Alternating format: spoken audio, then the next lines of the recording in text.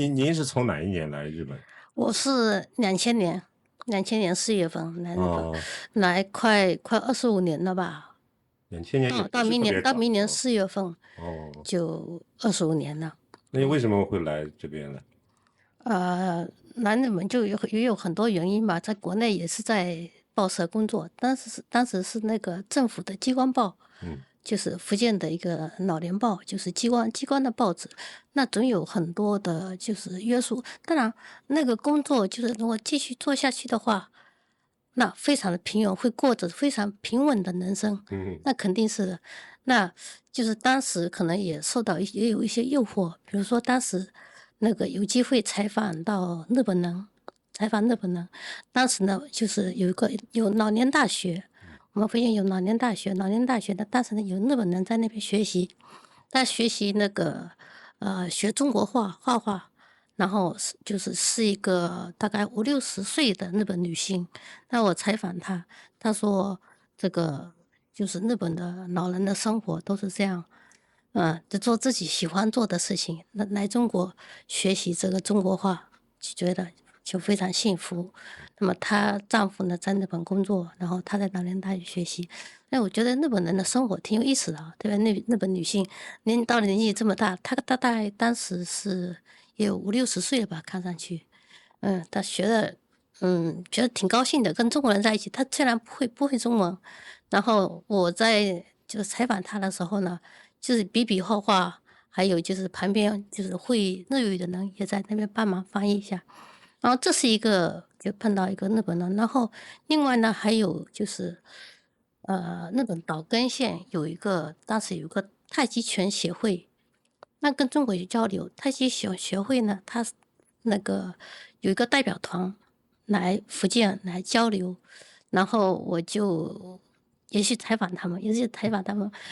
我发现他们呢，就是说对中国的传统文化太极拳是非常非常的热心，然后也拼命地在学中文。啊，其中有一个女孩子，我印象非常深，大概也就是10来岁吧，大概是中学生这样。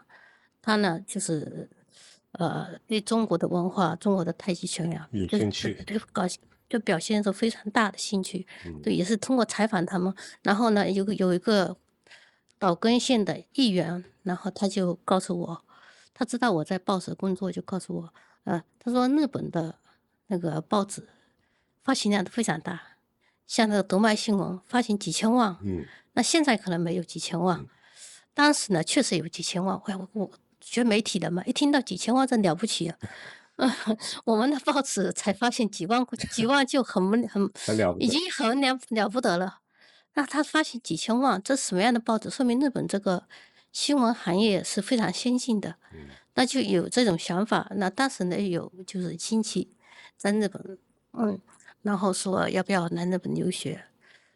当时已经30出头了吧，好，他说那那蛮有勇气的。也不是，也是就说尝试一下，我试试看，我申请一下能不能通过。就本来是就是年过30就不容易申请的，但没想到就是一下子我一申请就过了。啊，然后就这样就来日本了。来日本呢，就是也是亲戚帮我找了这个大学，因为为什么要上这个大学院呢？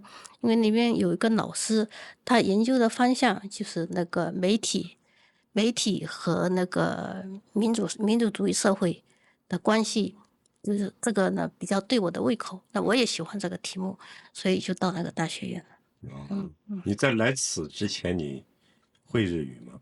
不会，一句话都不会，什么都不会。来日本之后才开始啊，我开始学。哦，那还蛮了不得的30多嗯，岁还学得会。会说对，我那个当时就是真的是一句日语都不会，但是学日语真的是蛮快的，就是对日语可能对日本对日语还是有一种就是亲切感，不知道怎么就是与生俱来的一种亲切感吧。嗯，大概我日语学了半年了之后，那我就能用日语写文章了。哇，啊，半年就可以写文章。半年就有写文章，然后就在大学的报纸上登了自己的文章，哇，刊登了自己的文章。太厉害了吧。但这就是一种缘分，就是哦，可能就是我英语老是学不好，嗯，但是日语呢，就是很快。感觉很亲切，感觉很亲切，特别有意思。它里面又有汉字啊，平假名、片假名，就是合在一起，就是一种就特别有意思的文字。嗯，嗯，所以那可能你对这个日文比较敏感。对日文比较敏感。是对对是是是，因对对。为我学了很久也学不会。但那每个人情况不一样，可能你英语说的很好。然后英语我也对英文有兴趣。对对，每个人情况不一样。那嗯，我是对日文我觉得日文一直建立不了那个兴趣。呃我那时候学英文都学到疯狂状态。那我是吗？那日文就是因为也是迫不得已嘛，你要学习，要在学校学习。我学的日语学了1年时间，然后马上就要上大学院的研究生，要上1年，然后再上正式的修饰课程，再上2年。因为就这种情况，就逼着你就不断的要学习，要去打工的地方，你要说日语，要学。那你来了之后，你读了大学之后，还写文章，在这边的报社发表。对，还写中文，嗯，也写中文，也写日语，也写也日文。写中文的。大概从来日本开始，就一直就用2种文字嗯，来表达，用写作来表达。我今天是第一次呢，用说来表达自己的观点，然后以前都是用文字来表达。是是是。嗯。那你之前写的那本书上有关于那个日本医疗的，你为什么会对这个医疗这么了解呢？啊，是这样，这个医疗就是这个，其实有很多的感受。这个医疗，我在这里面书里面有一篇文章就写到，就专门写到中日医疗的比较。怎么说呢？就是在日本20几年，可能对中国的医疗已经不怎么了解了。那主要是吧，还是对日本的医疗有一个就是切身的体会。比如说这几年，我有个朋友，他每年呢都带几个人来日本看病或者体检。从中国来。从中国来，就我的一个朋友，在20几年前跟我一起留学，嗯，当时一起留学的，一起打工的一个朋友。然后他后来回北京的，回国了。那么这几年他一直都每年带几个朋友过来。那为什么呢？就是有的是得了比较重的病，需要日本就是高端的医疗来治疗；那有的是来体检的。那这些人呢，他们有一个共同的特点是什么呢？都是有钱人。哦，那么用日本媒体的话来说，都是富裕层，那都是属于对富裕层。日对，他本媒们用的体经常用富裕层。这个词，富裕层嘛。对。但这些富裕层都来日本，就是接受这个医疗，都说明什么呢？就是说，日本的医疗就是肯定在很多方面都比中国先进。嗯，所以这些有钱人才会来日本对，那治疗肯定。和体检，对是吧？这个说明，这是用客观的对。情况来说明。那这是一个，然后就是我20几年，当然对日本的医疗有很多的这个感想。比如说关于保险，嗯，大家全民都加入保险嘛，就这个不用担心，生病了就大家就是只要付3成的医疗费，是吧？有3成的医疗费。还有呢，就是说我觉得感受特别深的，就是说对这个小孩的医疗费，日本这方面可以做到已经实现了共产主义了。可以这么说。是。因为对。因为我这里特意就是写的就是写了一个记录，就是写下来，就是从2022年1月开始，就是东京都就是全部的到高中生为止，全部23区高中生呢到为止，全部医疗费的免费。从出生一直到高中毕业，一直对吧？到高中毕业一直免费，那这是很了不起的事情，是吧？是。这是就是对每个家庭来说，这是一个减轻了很大的负担。那小孩子心理负担。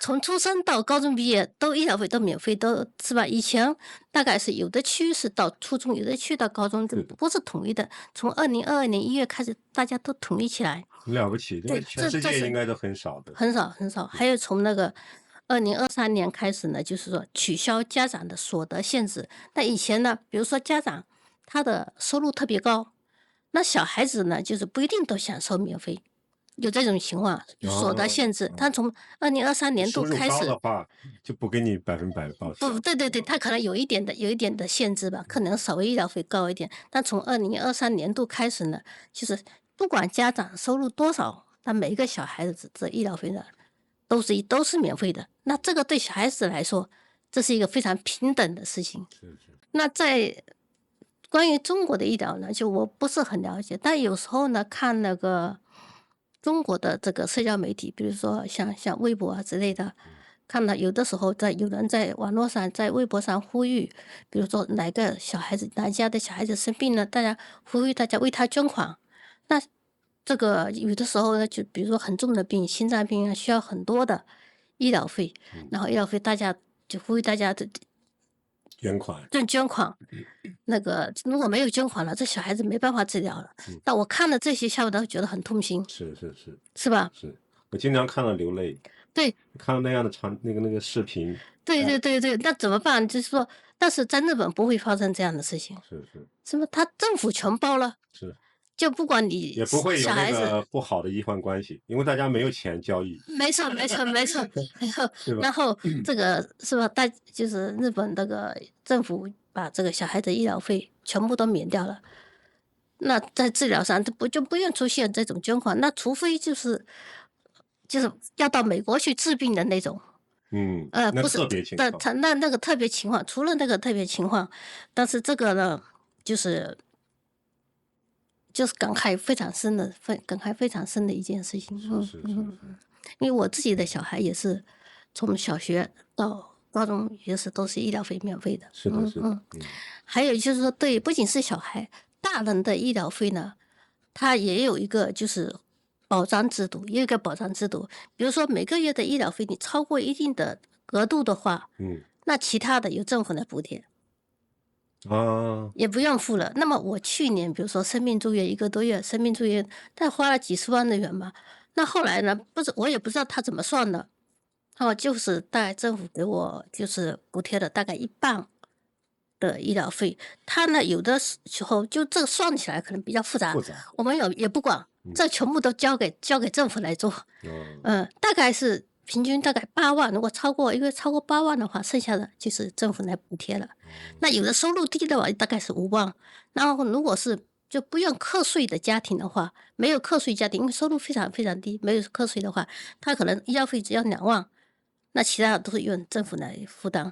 那如果是享受生活保护的人的话，他医疗费就1分钱都不要交了。明白，那不是对小孩大人都一样，都是吧？所以日本这方面就说，日本政府虽然说一直说这个医疗这个负担很重很重，但是呢，这些事情一直在做着，是一直在做，一直在为这个民众着想，是这个一直没有放弃掉。我觉得这是一件很了不起的事情。是，嗯，等于每个人都纳税，然后每个人都享受这个，对对，每个人呢，但年轻人就是说，可能保险费要交的比较多一点，各方面的保险要交的比较多，那也是为自己将来着想嘛。是是，很多人不理解这个，对，很多人不了解，对，因为每个人都会老的。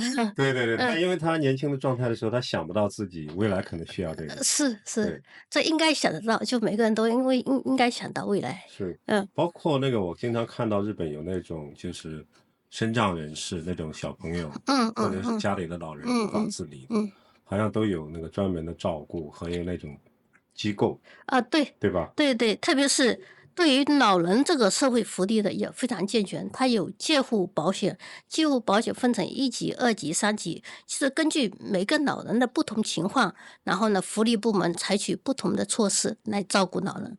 那有的呢，就说特别的生活不能自理的，那就到福利设施去生活。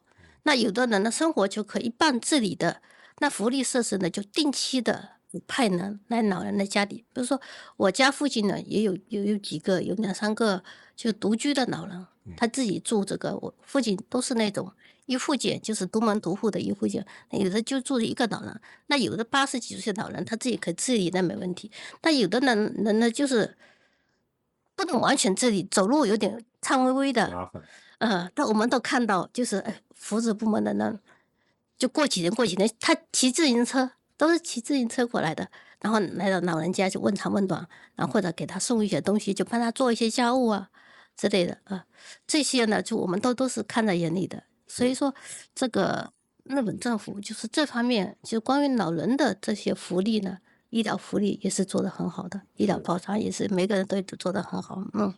是。前段时间我才理解这个，像所谓的西方社会吧，就是比如嗯说像美国，当然日嗯本这种状况不常见，嗯就他们会去中国收养那些孩子。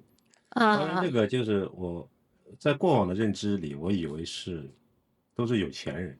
嗯嗯那我现在理解了，他嗯不单单是嗯有钱，嗯嗯因为他收养的这些孩子，那个社会会赋予他，给予他一定的帮助。包括有一些啊身障的孩子，他们不是也收养到美国去了吗？嗯收养到嗯嗯前段时间收养了嗯多少多少万人嘛。嗯嗯嗯然后那些人其实当然他也有爱心，对吧？嗯所以我现在才理解，我过去以为是只有有钱人才会做这件事。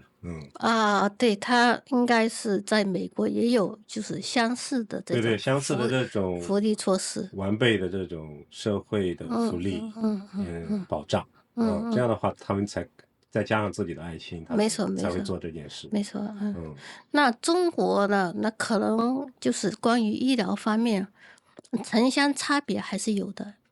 因为通过疫情方面，就是我们在网络上多少也看到一些消息，是就关于治疗，就是关于疫情治疗啊，有的在大城市可能会治疗的好一点，那是，在乡下地方呢，那可能医疗条件就差一些，有的地可能方很差。就没法治疗，这是，城乡差别还是有的。这种怎么消灭这个城乡差别？这种医疗费怎么给老人提供帮助？给老人，特别是老人、小孩子，特别需要医疗的这个群体。弱势群体提供帮助呢，这是一个非常重要的课题。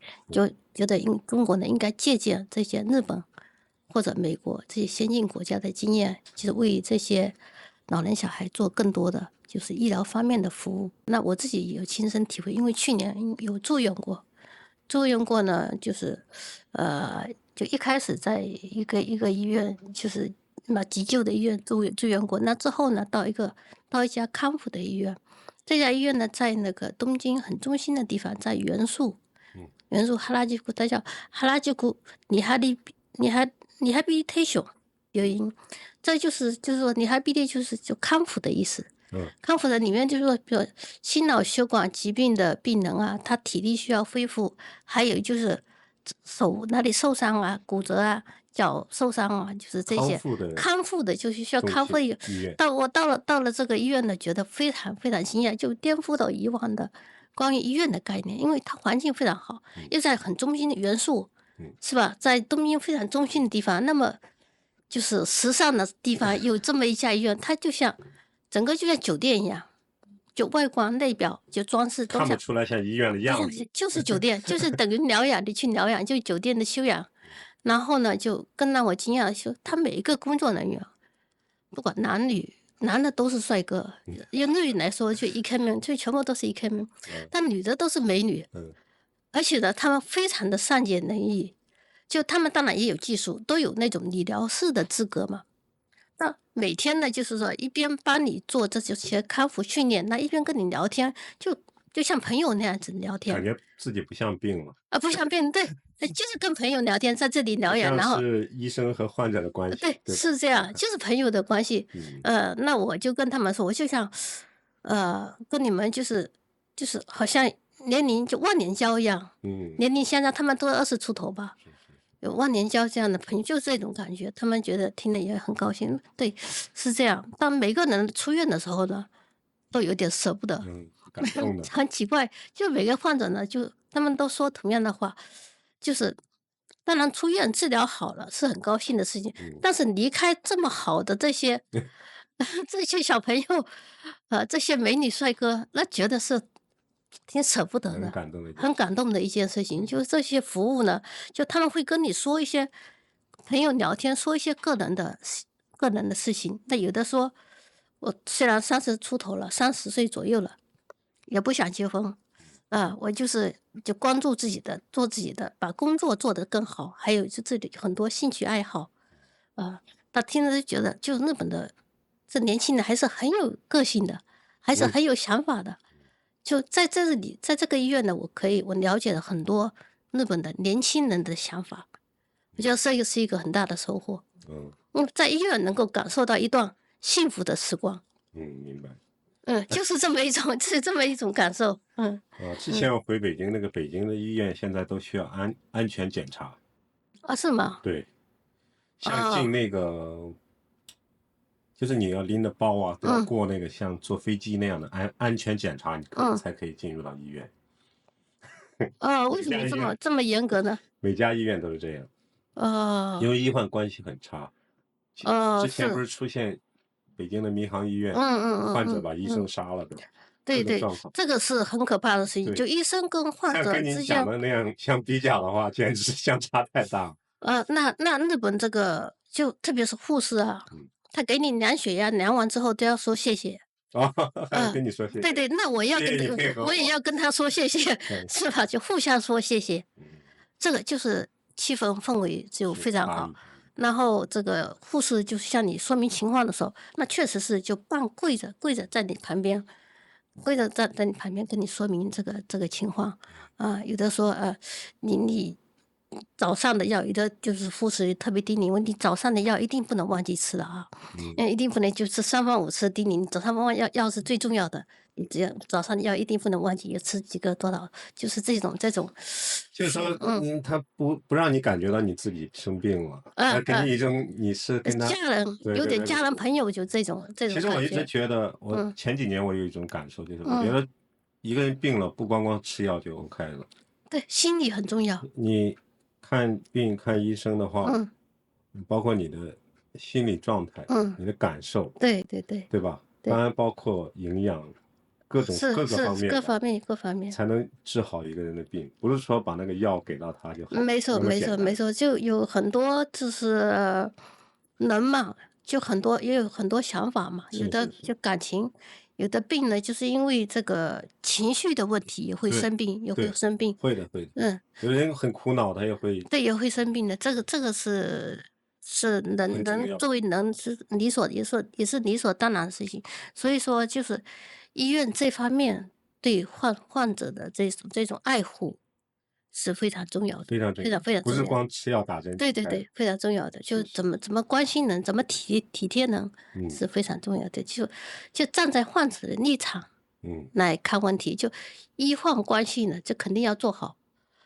你做不好的，医生也很痛苦啊，是吧？医生怎么治疗？医生其实呢，就是也是想方设法想把患者治好。对，但患者呢，如果不信任医生的话，那那也很麻烦，医生也很痛苦，对，很也麻烦，很麻烦。对应该互相信任，这对，是最基本的。就日本这方面做得很好。中国呢，就是我只是在网络上看到一些消息，就以前不是有什么三甲医院，那比较好的医院，三甲医院啊，还有一种高干病房啊，是那就当官的就有一种就是分档次，档次，有一种单等级，间啦，有一个等级的制度，多人间对对。但是日本的这个医疗呢，就我刚才说的是都一样。一样，就是共产主义。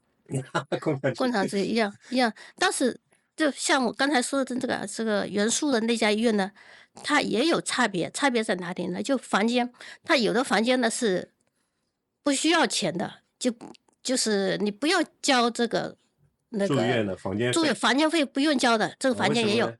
因为它这个房间，比如说4个人一个房间，我哦，告诉你，这就多人间。不用交钱，不用哦多人间就不用交钱的。哦嗯，哦，然后呢，也有非常贵的房间，非常贵的房间，一天大概有好几万，要一个单间的，一天要好几万，甚至到10万日元。日元。哦，对，这也有。但是虽然他住的环境是不一样的，房间他付出的钱是不一样的，但是他所享受的服务也医疗服务是一样的，嗯，治疗是一样的。你不管你只是住的不同。不交钱，只是住的不同。嗯，不那会医生就差别对待你。对不会差别对待，那态度都一样的。嗯这些工作人员，这是美女帅哥，他对你的态度不管是有钱的没钱的，他都一样的态度。明白。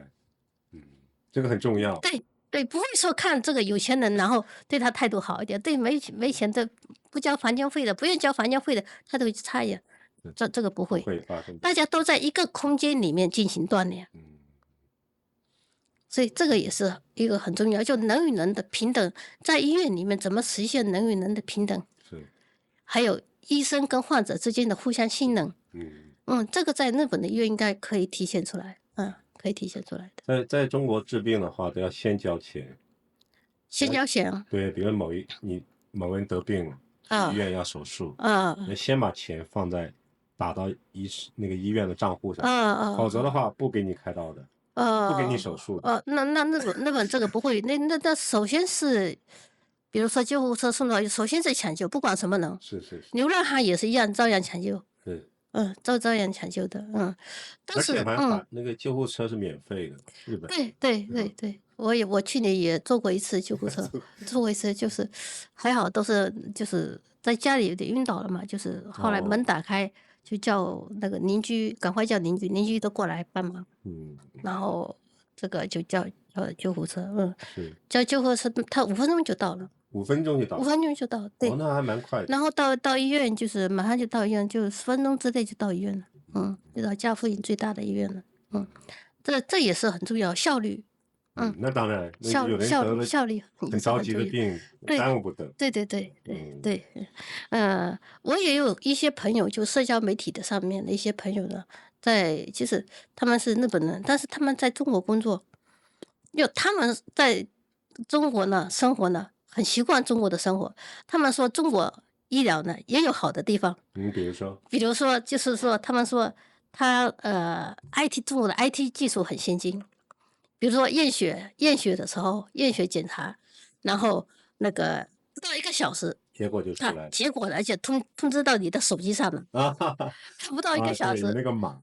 对，但是日本的不管是大医院还是纸质，还是大医院，当然可能1个小时会检查结果会出来，但是小的医院，我现在在家附近的小的诊所看病，那他就不可能一下子马上1个小时出来，他可能有2-3天。那这个他就是为患者负责的话，就是要把这个检查呢就拿到外面去大的机构去检查。对，他应该是给你拿到另外的检查机构。对，专门的检查机构去检查。对，做不了这件事情。但是他能给你提供这项服务。提供服务，对。但这个就是说，中国呢，就是有的大医院现在呢效率也在提高。这方面提高，但是就是你不可能在家门口去做这件事儿，没错，你得去到很大的医院，对，大的医院，然后你把所有的事情都得让你做一遍，你感冒了也要给你抽血，对，是这样。然后这些住在中国的日本人，他们享受的可能医疗条件会比一般人好一些。虽然说中国呢，就是好像对日本关系不好啊，对日本人就是有一些就是成见啊，但是日本人在中国还是就很为善宾的。在中国，我曾经跟过一个美国人去过一次医院，在北京。去到之后，那个医生的那个护士科就给他们那个医院的那个办公室打电话，说这儿来了一个美国人。然后我当时想，他为什么要给他那个办公室打这个电话呢？那意思就是要认真对待这件事。对外国人还是挺重视的。是。所以说，那个我那些朋友，就是日本的朋友，他在中国这个活得如鱼得水，挺好的。他们觉得的方便的地方，跟我们觉得方便的地方的不一样。对。他那个叫什么？在北京看病的话，比如说你感冒，也要给你抽血，就把所有的这个可以做的那些检测都给你做一遍。我后来理解了，我开始的时候不理解，这也是医患关系不好的结果的原因之一，就是医生担心，如果你不做这个检测，万一你不是感冒，是别的病，他耽误了，你又要找他麻烦，于是你任何感冒发烧全部给你来一遍，排查完这就是感冒。但是呢，这样会导致什么呢？这样会导致就是患者特别麻烦，就是得了一个很小的病，都要把这所有的事情做一遍。这个也是一个浪费这个医疗资源，也是浪费了麻烦患者的钱。对，你基本上比如你在上班，你感冒了，你去医院，你要大半天时间过去了，在这里不用啊。你到诊所你感冒了开点药。对，也不用就是那现在我这个去年虽然生病了，现在医生说你不要就是经常的抽血，3个月、3-4个月就可以了，检查一次就可以，不能经常抽血。你这个大脑部的这个检查，什么脑血管检查，你1年1-2年一次就可以了。你不要经常做，就不要经常做，对对，他就这么说，明白。那你平常吃点药就可以了。就是一个社会如果能够把这个医疗的问题解决好，大家没有后顾之忧的话，那大家这个心理负担，幸福感、幸福度这个就增加了很多。虽然日本人就是比较慎重、冷静，比较暧昧，但是呢，这方面的这个幸福感就是还是挺高的。因为日本人他们经常说一句话，到了外国才知道日本好。是吗？对。因为你不去比较，就不知道自己生在日本是多么幸福。是，这只有比较的才知道。对，只有比较的才知道。因为在日本，你觉得这些医疗，就是享受这些医疗都是理所当然的事情，但是其他国家不是这样，美国的医疗费也很高。是，就是每个人都是这样，我觉得就是，如果你对于未来的预期没有担心的话，你就敢消费。对不对？对。如果我一个月挣了很多钱，但是我生病了可能就花光了，或者是出现一件什么事情，这些钱又回去了，那我就不敢花钱。如果我生活在这样的社会当中，如果我比如病了，我很安心，我知道我怎么解决，我不会有心理负担，那我每个月的收入我就敢把它用掉，对吧？这是一个两边的差异。是中国人不太就是喜欢存钱，不太敢花钱的点。对，因为对未来预期不知道。对，对吧？未来，特别是就万一对，万一生病了怎么办？对，预防，万一失业了怎么办？对，这是未来的，所以说大家都要拥有好几套房子，越多越好，越多越好，都没有安全感。对，没有安全感，对，那可能也是这个差异。对，所以说这个医疗的话题的，我觉得是挺有意义的，很有意义的话题。其实每个人都会生病，每个人都会老，这是就是怎么说呢？是一个普遍规律。其实现在中国的老龄化比日本更严重，因为人口底数大，老年人更多。因为我年轻的时候报社的就是老年报。老年那接触老人就接触老年更多，所以说对老人方面的福利医疗呢，就是比较了解，比较了解。因为我当时接触的都是老干部，当然他们都是享受高干病房。但其他的老人，那农村老人就不一定了。那没有，赤脚医生就不错。赤脚医生不错，现在可能连赤脚医生都没有了。有很多中国人来到这里，觉得这个日本的税比较高，他们不理解。他不理解这个社会的这种福利保障是需要用大量的钱来支付。是，他只看到了自己的税被拿走了。对，税还有交这个每年没有。